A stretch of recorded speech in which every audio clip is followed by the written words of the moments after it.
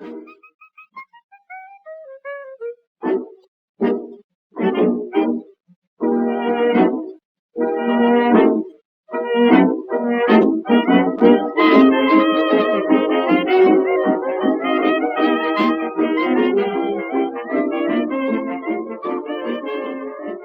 everyone. I hope everyone's having a great weekend and a great Sunday.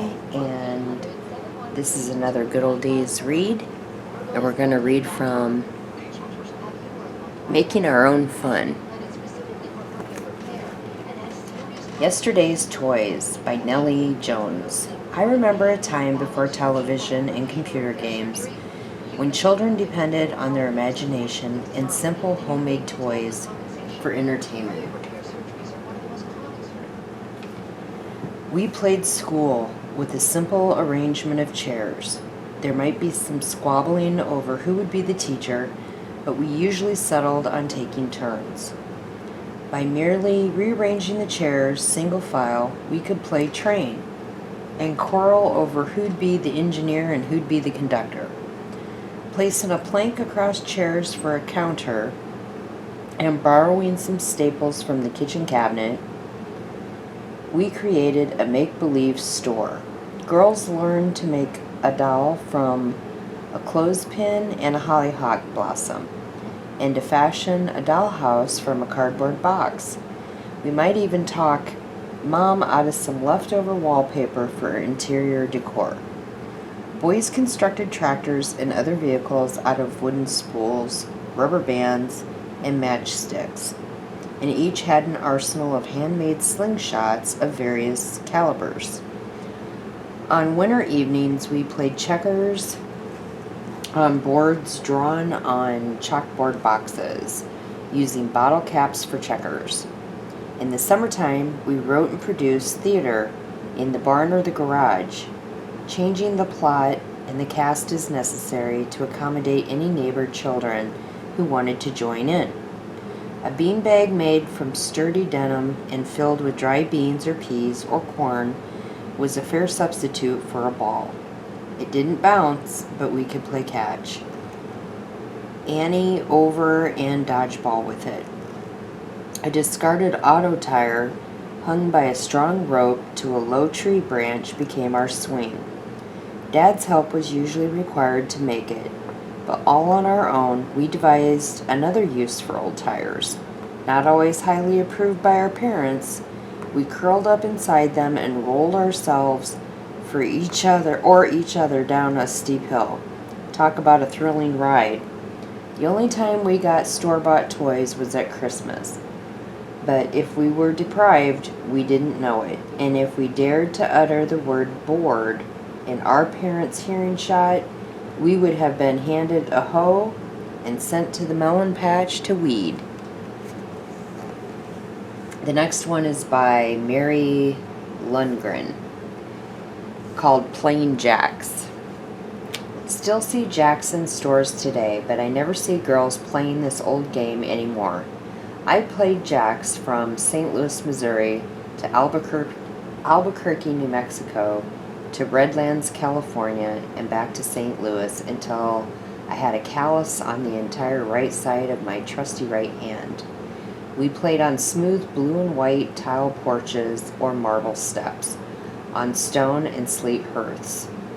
The season for jacks ran from about Easter to Halloween, about the same as for jumping rope and hopscotch. My grandfather was an inveterate golfer, and I caddied for him often, making him the proud possessor of a cigar box full of golf balls. I refused to play jacks with any other type of ball, as you needed a good bouncer in order to have time to scoop up a dozen arbitrary jacks. I'm sure many of you ladies in the 60s and 70s remember these variations of jacks. In the barn. Throw out the jacks onto the plane surface. Make a barn of your left hand by curving it and setting the outer edge of it on the plane surface. On one bounce, scoop up the jacks into the barn in 1s, 2s, 3s, etc. to 12. Plain jacks was to throw out 12 jacks on a playing surface, bounce the ball, and pick up the jacks one at a time on each bounce and place in your left hand. If you didn't miss, next throw them up by 2s, then by 3s, etc. until you pick up all 12. When you miss, the next girl plays, and on your next turn, you start playing where you missed before. Over the fence. Place outer side of left hand on the playing surface, and as ball bounces once, pick up jacks, lift them over your hand, the fence, by 1s, 2s, 3s, and so forth. Double bounce. This is the easy one. Let the ball bounce twice for each play from 1 to 12. No bounce. Throw ball high so you can make your play before it comes down, placing jacks in your left hand, as in plain jacks. Pick them up and lay them down. On one bounce, pick up jacks and lay them down on playing surface. Play 1s to 12s without throwing them out again. Around the world. Throw the ball, and before it bounces, pick up jacks, and with them in your right hand, circle the ball in midair with fist and lay them down on playing surface on one bounce. This is one of the most difficult, especially when you have an audience in a tournament. Haystacks. 1-on-1 bounce. Place your jack on top of the other. And when you have 6 haystacks, pick up each on one bounce and place in your left hand. Misses. Dropping jacks, not catching the ball, or touching a jack you are not supposed to touch in a particular game.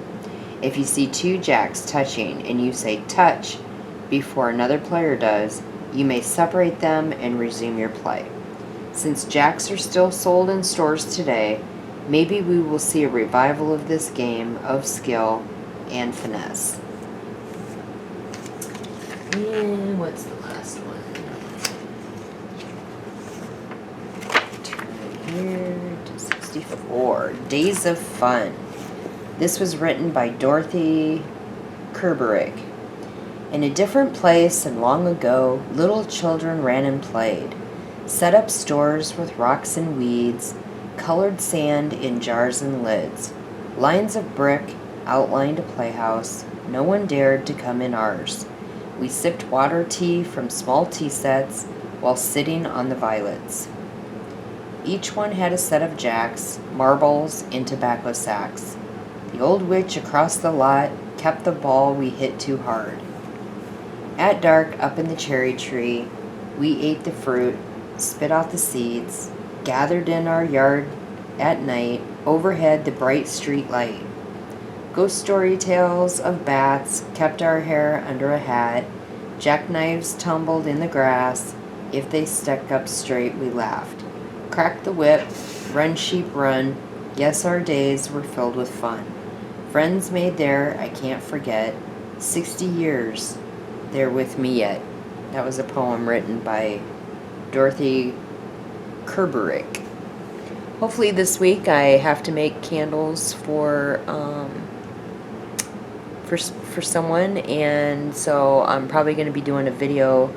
It won't be a long video because she brought these specific glass containers. There's 4 of them, and she wants pine scent because that's her favorite scent. So I have to get those made this week. So look forward to a video sometime this week, hopefully.